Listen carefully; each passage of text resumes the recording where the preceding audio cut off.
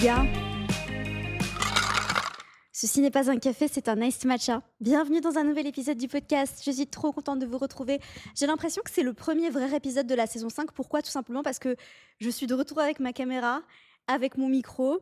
Et alors, bon, le micro a changé, le background a changé puisque tu le sais peut-être, j'ai emménagé dans un nouvel appartement à la fin du mois de juillet. Je suis toujours à Bali, dans la même rue, mais juste un appart différent. Et je sais pas ce que t'en penses, tu me diras dans les commentaires sur YouTube. Je trouve que c'est très stylé, je trouve que c'est plus moi en fait. C'est quand même beaucoup plus féminin. On a dit au revoir à la table cercueil. Si tu sais, tu sais. If you know, you know. Bienvenue dans un nouvel épisode, les gars. C'est un épisode, vraiment, cet épisode-là, il me tient particulièrement à cœur parce que je vais vous parler d'un concept qui a changé ma vie et qui est en train de changer ma vie. Et ce concept, en fait, c'est le concept du future self. Et je vais tout expliquer dans cet épisode-là. Parce que, en fait, au moment où je réfléchissais déjà à reprendre le podcast, alors si t'as pas écouté l'épisode de la semaine dernière, je vais pas te la refaire, mais en gros, j'ai eu un été surchargé de travail, avec énormément de choses à faire, en fait, parce que j'aime trop ton signe. Pour moi, c'est un full-time job, en toute sincérité, même si j'ai une équipe, hein, c'est quand même un full-time job. Et du coup, j'ai ma marque de vêtements que j'ai lancée, House of Retrograde, qui a pris un tournant différent à partir du début du mois d'août, où les choses ont commencé à s'accélérer, qui a demandé plus de mon temps, plus de mon énergie. Et le fait de ne pas avoir le podcast, c'était un peu un soulagement, même si ça me manquait, parce que j'adore vous parler, vous le savez. Mon Dieu, ma lune en Gémeaux, elle avait besoin de vous parler, les gars. Genre vraiment, ça devenait une nécessité, en fait, au bout d'un moment. Mais c'est vrai que j'avais tellement de choses à faire, j'avais tellement de choses à tête, et ma charge mentale était tellement intense que ça a été difficile, mais je suis trop contente d'être de retour. Et du coup, quand je réfléchissais un petit peu au brainstorming, ça y est, c'est reparti pour les digressions, hein, mais je sais que vous aimez ça, vous êtes beaucoup à me dire que vous aimez ça. J'ai reçu énormément de DM de vous, hein, à Jem Trotancine d'ailleurs, by the way, si tu me suis pas déjà sur Instagram. Et vous me dites que vous adorez les digressions, que ça vous fait rire, etc. Donc je me dis, bon, écoutez, je vais pas me retenir du coup, hein, on va laisser les choses se faire. Je réfléchissais au podcast et à qu'est-ce que je pourrais faire comme épisode, et je me suis dit, cet épisode-là, il faut absolument que je le fasse. Parce qu'il y a une anecdote en fait, et c'est le moment en fait où j'ai eu l'idée de cet épisode de podcast. En gros, j'étais en train de travailler, et pour une fois dans ma vie, j'avais fini ma to-do vers genre 15h. J'avais fini tout ce que je devais faire pour la journée, tout ce que j'avais prévu de faire. J'ai été méga rapide, je sais pas ce qui s'est passé ce jour-là, mais parce que d'habitude, c'est le contraire, hein. D'habitude, ma to-do, elle déborde, et en général, j'arrive pas à terminer tout ce que je dois faire dans la journée. Mais là, par miracle, voilà. Et là, il s'est présenté à moi plusieurs options. Tu vois, il s'est présenté à moi l'option de me dire, ah du coup, je vais avancer sur mon taf de demain. Il s'est présenté à moi l'option aussi de, on est à Bali, il fait chaud, j'ai une magnifique salle de sport avec une piscine incroyable. Est-ce que j'irais pas me poser au bord de la piscine? Et là, je réfléchissais et je me suis dit, mais en fait, je sais pas quoi faire parce que ça me ferait trop plaisir d'aller me poser au bord de la piscine. Mais est-ce que c'est vraiment ce qui va m'aider? Et là, et là, et là, je suis revenue à ce concept-là, le concept du future self. Et je me suis dit, la moi qui a déjà accompli tout ce qu'elle a envie d'accomplir, qui fait 7 chiffres avec House of Retrograde, qui a genre une ligne de vêtements astro avec plein de produits et qui run this business. Et j'aime trop ton signe, by the way, en parallèle, qui a embauché du monde, qui travaille avec une équipe sur la marque de vêtements, etc. Cette version de moi, qu'est-ce qu'elle aurait décidé? Qu'est-ce qu'elle aurait fait? Est-ce qu'elle serait allée se poser hors de la piscine? Ou est-ce qu'elle aurait continué de travailler? Parce qu'en fait, au final, à ce moment-là, j'avais l'énergie, hein, j'étais pas claquée. J'aurais pu très bien continuer de travailler, j'étais pas... voilà. Et là, en fait, je me suis dit, non, mais en fait, ma future self, la version de moi qui a déjà tout maintenant, elle serait pas allée se poser au bord de la piscine. Parce que, en toute sincérité, et c'est ce que je disais à Audrey, mon assistante / OBM qui travaille avec moi dans l'équipe, c'est que c'est pas comme si je le faisais jamais, tu vois. Genre, en général, alors, ça n'a pas été le cas les derniers week-ends, mais en général, je prends au moins un jour off, des fois deux, ça dépend. Quand j'ai envie de travailler le week-end, je me force pas à pas travailler, en fait. Si j'ai envie de travailler, par exemple, le week-end passé, j'ai eu envie de travailler, je me suis autorisée à travailler. Mais en général, je suis au bord de cette même piscine toute la journée le dimanche, tu vois ce que je veux dire? Donc, c'est pas comme si je le faisais jamais, c'est pas comme si c'était rare. D'accord? Donc, ce que j'en ai conclu, c'est que la future version de moi, elle aurait avancé sur les tâches importantes de la journée d'après ou elle aurait, voilà, elle se serait peut-être pas, mise en mode exécution de travail, mais elle se serait posée pour prendre du recul sur le business, se faire peut-être, une petite, CEO hour où, voilà, elle prend de la hauteur sur tout ce qui est en train de se passer et elle réfléchit à la vision, elle se connecte à la vision, elle voit, voilà, quels sont les next steps, qu'est-ce qu'on pourrait mettre en place. C'est pas forcément du travail qui est genre purement exécutif, mais c'est un travail qui est important quand on est CEO. En tout cas, pour l'instant, je suis CEO. C'est pas mon but, hein, d'être CEO, les gars. Genre vraiment à terme, voilà, j'ai une vision très, très long terme en mode Capricorne et dans quelques années, j'ai envie d'embaucher une CEO. J'ai pas envie de faire ce travail moi-même. C'est pas, voilà. Moi, je suis directrice artistique, vous voyez ce que je veux dire? Genre, je suis pas là pour, les chiffres et les décisions, l'opérationnel et tout ça. Non, merci. Voilà. Même si l'opérationnel, c'est pas tout à fait le travail du CEO, mais bref, on va pas entrer dans ce sujet-là, dans cet épisode. Et du coup, bah, je me suis dit, voilà, c'est ce qu'elle ferait, ma future self. Du coup, bah, en fait, je vais me connecter à cette vibration, je vais me connecter à cette énergie, bah, pour pouvoir justement, bah, devenir cette personne. Et ça m'a inspiré cet épisode du podcast. Alors, parenthèse, comme pour la saison précédente, hein, si tu me vois avec mon téléphone, c'est pas que je suis en train de texter mon crush, c'est juste que j'ai mes notes directement parce que j'ai envie de rien oublier. Alors, pour t'expliquer, qu'est-ce que c'est exactement le concept du future self? Parce que c'est pas moi qui l'ai inventé, hein, en toute sincérité.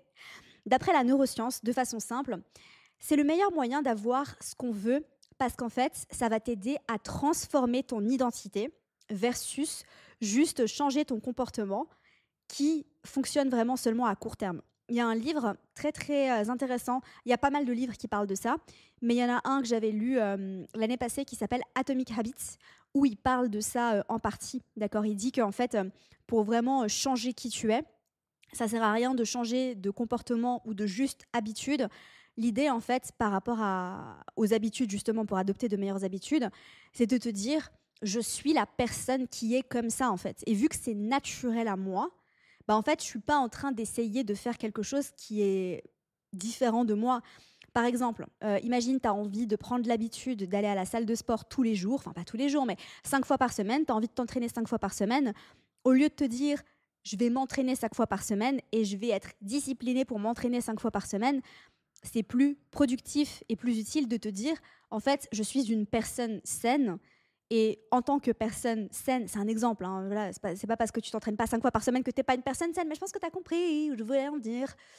Je suis quelqu'un, je suis un athlète, ou je suis une personne saine, ou je suis une gym girl, tu vois, voilà. Tu prends l'identité de la gym girl et tu te dis, mais en fait, je suis une gym girl, pour moi, c'est normal de m'entraîner 5 fois par semaine, en fait, c'est même pas une question. Et en fait, c'est le cas pour moi d'ailleurs, hein. D'ailleurs, je me considère comme une gym girl, donc en gros, pour moi, c'est normal de m'entraîner 5 fois par semaine, je le remets même pas en question, en fait. C'est juste que je sais que j'ai mes séances à faire, j'y réfléchis même pas en fait, parce que c'est devenu vraiment une habitude. Et donc l'idée en fait, c'est d'incarner la version de toi-même qui a ce que tu veux déjà accomplir, donc la vie de tes rêves, parce que cette version de toi-même, elle ne peut que prendre les bonnes décisions. Et elle ne peut que agir comme elle-même, du coup, avec son identité à elle. Et du coup, ça va t'aider à directement t'aligner avec cette timeline. Donc, le concept du future self, à la base, il vient de la psychologie cognitive et des neurosciences.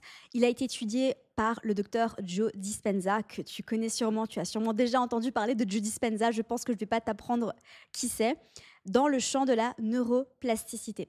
À la base, les chercheurs ont découvert que ton cerveau traite ton moi futur comme une autre personne. C'est pour ça que tu as du mal à faire des choix sur le long terme. Ton cerveau préfère la gratification immédiate, qui est un énorme problème dans la société d'aujourd'hui, la gratification immédiate. C'est pour ça qu'il y a tellement d'addictions, notamment au téléphone, aux réseaux sociaux, etc., etc., d'accord ? Mais ton cerveau ne se sent pas lié émotionnellement à ton toi futur. La bonne nouvelle, en fait, c'est que ton cerveau peut reprogrammer cette perception. Donc, plus tu vas te connecter consciemment à la future version de toi, donc ta future self, plus ton cerveau va créer des connexions neuronales comme si tu étais déjà elle. C'est ce qu'on appelle la neuroplasticité. C'est ta capacité à créer des nouveaux circuits dans ton cerveau en répétant une nouvelle pensée, émotion ou action. Ce qu'il faut que tu comprennes aussi, un truc, c'est pourquoi la visualisation est aussi puissante. Tu vois, le fait de visualiser ce que tu vas faire, par exemple, c'est hyper connu, mais les athlètes, très souvent, ils visualisent en fait le combat ou l'entraînement qu'ils sont censés faire, et en fait, ils le voient comme, voilà, je sais pas, un match gagnant, etc. Il y a Mohamed Ali, je pense, qui parlait de ça. C'est qu'en fait, ton cerveau ne fait pas la différence entre une expérience réelle et une expérience imaginée. Mais pas de poisson en PLS, hein. Moi, la première. Moi, avec mon imagination débordante en mode délulu total, qui visualise, je sais pas, le mariage avec mon crush, alors qu'au final, c'est pas du tout l'expérience qu'on est en train de vivre, hein. Exemple débile, mais voilà. Et au final, qui revient à la réalité et qui se fait écraser son petit cœur. Histoire de ma life. Je rigole et je rigole pas vraiment. Si tu as des placements en poisson, tu connais. Et donc, sur ce principe, en fait, que ton cerveau ne fait pas la différence entre une expérience réelle et une expérience imaginée, imagine, tu visualises ta future self de façon claire et émotionnelle en ressentant vraiment qu'est-ce qu'elle, elle ressentirait. Ton cerveau croit que c'est déjà arrivé. Il va alors adapter tes comportements, tes décisions et même ta posture face à cette nouvelle identité. C'est pas incroyable comme concept, franchement, et c'est là que tout va changer. La plupart des gens essayent de changer leur comportement, se lever plus tôt, manger mieux, s'organiser, c'est ce que je te disais tout à l'heure, mais ça ne dure jamais parce que leur identité reste la même. C'est-à-dire que si tu essayes d'aller 5 fois par semaine à la salle avec ton identité de meuf qui, je sais pas, qui va pas à la salle et qui prend pas soin d'elle, par exemple, bah ça fonctionne pas en fait. Parce que tu n'es pas cette personne au final et que ton cerveau finit toujours par te ramener à ce qu'il connaît et à sa zone de confort. Le vrai changement, c'est quand tu transformes ton identité. Tu passes de je veux devenir discipliné à je suis quelqu'un de discipliné. C'est ça qui fait toute la différence en fait. Ton cerveau commence à agir en cohérence avec cette nouvelle version. Donc en gros, si tu penses, ressens et agis comme la personne que tu veux devenir, ton cerveau va tout faire pour que ta réalité s'aligne à ça. C'est exactement ce qu'expliquent les neuroscientifiques comme Joe Dispenza. Ta personnalité crée ta réalité. Donc en changeant tes pensées et ton énergie, tu changes ton futur. Et c'est aussi pour ça que ta future self, c'est déjà, et c'est pour ça que j'ai voulu intituler cet épisode de podcast comme ça. Parce qu'elle agit depuis la confiance, elle n'a plus besoin de forcer ou de chercher à comprendre. Elle suit la timeline où tout est déjà fluide. Tu n'as donc plus besoin en fait de devenir quelqu'un d'autre. Tu dois juste te rappeler qui tu es en train de devenir tout simplement. Alors, là tu me dis c'est bien joli Amina, mais en fait qu'est-ce que j'en sais moi de ce qu'elle fait ma future self? C'est ici en fait que j'interviens parce qu'il faut savoir exactement de façon précise qui est cette future self justement. Donc, on va faire un petit exercice. Connecte-toi à ce que tu veux accomplir en ce moment. Est-ce que tu as un goal? Est-ce que tu as une direction que tu as envie de prendre dans ta vie? Est-ce que tu veux passer un palier dans ton business? Est-ce que tu veux rencontrer l'amour de ta vie? Ça marche pour tout, hein. Est-ce que tu veux déménager? Est-ce que tu veux voyager à travers le monde? Si c'est pas déjà clair pour toi, prends le temps de vraiment te poser. Pose-toi avec toi-même et demande-toi qu'est-ce que tu veux vraiment pour toi dans ta vie? Qu'est-ce que tu veux manifester dans ta réalité? Les gars, je suis désolée, il pleut depuis tout à l'heure et en fait, le bruit de la pluie est super fort. Je ne sais pas si vous l'entendez, moi je l'entends hyper fort, mais j'espère que ça ne dérange pas trop.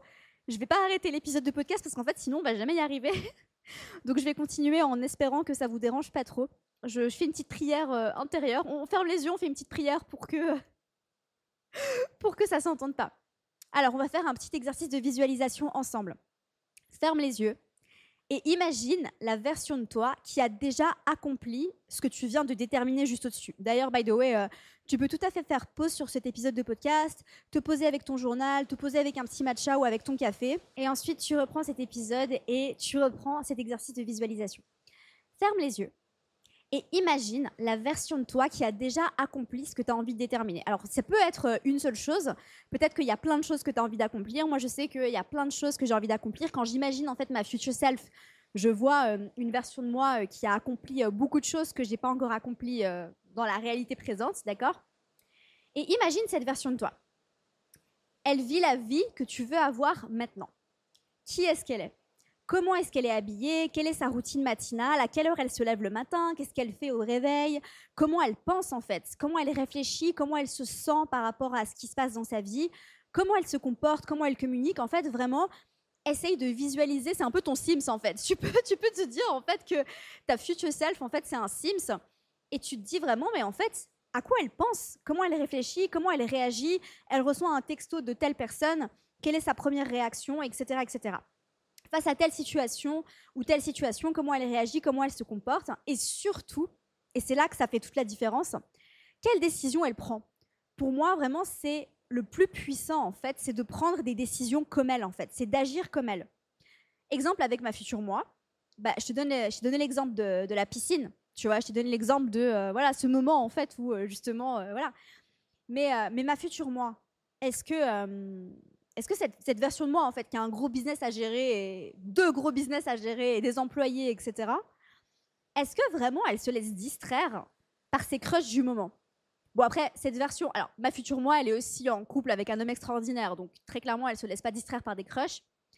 Mais voilà, est-ce qu'elle travaille de façon concentrée avec son téléphone en mode avion, ou est-ce qu'elle a son téléphone posé sur la table comme ça et elle check toutes ses notifications au moment où elles arrivent?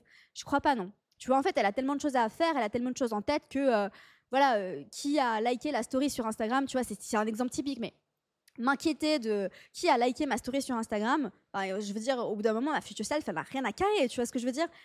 Est-ce que mon crush a répondu à mon message? Non, elle en a rien à carrer. Et puis en plus, c'est pas son crush parce que c'est son partenaire de vie et c'est quelqu'un de sérieux qui lui répond à ses messages, avec qui elle habite potentiellement. Tu vois ce que je veux dire? Donc voilà. Qu'est-ce que je pourrais te donner encore comme exemple? Est-ce que, voilà, à quelle heure elle se lève le matin? Ma future self à moi, elle se lève tôt le matin et en fait, elle check pas ses notifications le matin et elle fait sa routine matinale parce qu'elle sait qu'elle a besoin d'être dans cette bonne énergie, tu vois. Du coup, bah, en fait, c'est ce que je vais faire, tout simplement. Je vais me mettre dans cette énergie-là, je vais m'entraîner tôt le matin parce qu'en fait, je sais très bien que si je m'entraîne tôt le matin, après, c'est fait, tu vois. J'ai plus besoin de m'en soucier et je peux faire ma journée en me sentant bien, en me sentant en pleine forme. Ma future self, est-ce que elle regarde des séries tard le soir en s'endormant devant Netflix, ou est-ce qu'elle pense à réguler son système nerveux parce qu'en fait elle a tellement besoin de passer une bonne nuit de sommeil et de bien dormir que en fait c'est sa priorité et que bah, en fait regarder une série sur Netflix, elle le fait le week-end quand elle a un moment. Tu vois, qu'est-ce que je pourrais dire encore? Comment elle s'habille, comment elle se comporte, comment elle se tient, comment elle interagit avec le monde en fait. Vraiment, pose-toi toutes ces questions. Et en fait, le but, alors on peut pas être sa future self 24 heures sur 24, d'accord? Parce que c'est pas possible, ok? Mais essaye vraiment de te connecter à elle le plus souvent possible. Mets-toi des rappels sur ton téléphone, je pense que c'est un bon petit tip que je peux te donner. Mets-toi un rappel sur ton téléphone, connecte-toi à ta future self et essaye de le faire plusieurs fois par jour. Et tu verras au final que ça va devenir automatique, ça va devenir une habitude. Et voilà, tu vois, même quand il s'agit de répondre à certaines personnes, imagine, tu es face à une situation un peu compliquée. Et je sais pas, t'as un client qui t'envoie un message un peu, voilà. Et là, tu te dis, ok, ma future self, comment est-ce qu'elle handle this? Comment, j'arrive plus à parler français. Ça y est, c'est le retour. Amina ne sait plus parler français. Ma future self, comment est-ce qu'elle gère ça? Tu vois? Est-ce qu'elle le gère de façon calme et posée, ou est-ce qu'elle réagit directement en répondant aux mails comme ça? Je crois pas, non. Tu vois? Je pense que plutôt, bon, déjà, elle check pas ses mails 45 fois dans la journée parce qu'elle a d'autres chats à fouetter. Elle répond à ses mails une fois par jour et basta. Et puis, quand elle y répond, en fait, si elle sent qu'elle n'est pas régulée au moment de répondre, bah, en fait, elle sait à quel point c'est important de faire les choses de façon calme et posée. Et elle sait aussi qu'on prend de meilleures décisions et qu'on a de meilleures réponses quand on est calme et posé et pas quand on est dans le moment. Hein. Lune carré Mars, n'est-ce pas? C'est moi. D'ailleurs, ce matin, je voulais envoyer un message à 7 h du matin à quelqu'un. Je me suis retenue. Parce que je me suis dit que ce serait peut-être un peu trop frontal. J'ai un post Instagram là-dessus, by the way. Et surtout, en fait, prends des notes. Prends des notes pour te rappeler de tout ça. Prends des notes, en fait, sur ton téléphone. Tu peux avoir une note future self et en fait, tu décris vraiment cette personne. Et au moment où tu as des doutes, vraiment pose-toi, prends le moment d'y réfléchir. Et je te laisse mariner un peu avec ce concept parce que je le trouve fascinant. Et en fait, c'est vraiment un concept qui peut t'aider à déterminer tellement de choses dans ta vie, en fait. Quels sont ses goals à ta future self, en fait? Vers où est-ce qu'elle veut aller, elle, tu vois, dans sa vie? Ouais, qu'est-ce qu'elle a envie d'accomplir, elle, tu vois? Et comme je te l'ai dit, mets ce petit rappel sur ton téléphone, je pense que ça peut vraiment t'aider. Voilà les gars. Alors, c'était pas un épisode astro, mais c'était un épisode potentiellement life-changing. Tu me diras si ça t'a parlé. Je suis hyper curieuse d'avoir vos retours sur Instagram, donc n'hésite pas à m'envoyer un petit DM. Et puis, je vous rappelle pas mal de choses. Je vous rappelle que les portes du mentoring astro hybride sont officiellement ouvertes. Donc, si toi qui me regardes, tu as ressenti l'appel de l'astrologie, si ta future self, elle est astrologue, tiens, j'aurais dû commencer par là. Si ta future self, elle est astrologue, qu'est-ce qu'elle ferait? Elle se serait formée professionnellement à l'astrologie avec une formation solide. Elle aurait arrêté de tergiverser. Qui dit encore ça? Qui dit tergiverser? Personne dit tergiverser. Moi, j'ai quel âge? J'ai 80 piges. Elle aurait arrêté de tergiverser. On va continuer là-dessus parce qu'apparemment, je l'ai dit déjà, c'est sorti de ma bouche. Elle aurait arrêté d'aller chercher, gratter des infos sur YouTube, gratter des infos sur Insta, gratter des infos en podcast et dans XY livres en français, en anglais, en italien et en espagnol. et elle se serait inscrite à une formation avec une méthodologie solide créée par une personne qui a un stellium en Capricorne en maison 10 et 5 planètes en signe de terre, t'as vu? Parce qu'on sait que tout ce que cette personne va créer, c'est du béton armé. Voilà, je dis ça pas ça pour me vanter, mais je dis ça les gars parce qu'en fait je suis hyper fière de cette formation. Et du coup, si ta future self elle est astrologue, ça se passe dans le mentoring astro-intensif pour toi, là, maintenant, dans le présent. Tu t'inscris à cette formation, tu nous rejoins de l'autre côté. Et en fait, grâce à cette méthode en béton, tu ressors quelques mois après parce qu'en fait, c'est le mentoring astro-intensif, sauf qu'en fait, tu le suis à ton rythme. Voilà, donc il n'y a pas la pression de devoir faire les choses de façon intensive. C'est tout autant de valeur, le même contenu. Il y a toujours les lives mensuels. Il y a toujours un espace pour répondre à tes questions. Solène, mon astro-coach, et moi, on te répond sous 48 heures max, voilà. Mais on répond vraiment à tout le monde et voilà, vraiment on fait en sorte de répondre à vos questions de façon les plus précises possible parce que je sais à quel point c'est important de se sentir guidé quand on a envie de devenir astrologue parce qu'on ne sait pas si ce qu'on dit c'est juste dans nos interprétations, on ne sait pas si c'est juste, si c'est faux, on a des doutes.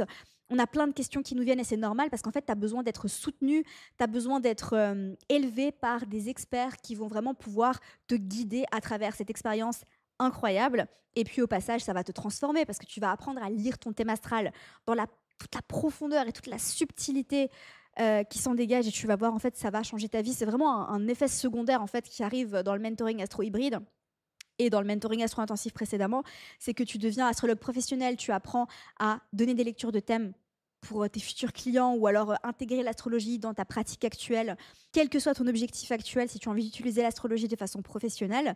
Et puis, l'effet secondaire, en fait, c'est que tu étudies ton thème astral en profondeur, tu découvres des choses exceptionnelles sur toi, tu te transformes. Et voilà, je te mettrai le lien juste en dessous. Si tu t'inscris avant le 12, tu as un tarif exceptionnel et je te conseille pas de rater ça parce que le prix va augmenter après le 12 novembre. Et puis, chaque semaine, en fait, il y a des bonus qui disparaissent. Donc, plus tôt tu t'inscris, plus tu gagnes. C'est un peu ça le principe, baby. Voilà. Moi, je te retrouve la semaine prochaine pour un nouveau concept. La semaine prochaine, on parle astro. On va parler d'un angle spécifique de ton thème astral, un angle que tu vas pouvoir étudier en profondeur grâce à cet épisode.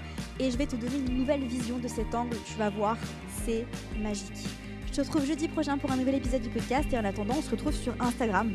Je compte sur toi pour m'envoyer un petit DM, d'accord ?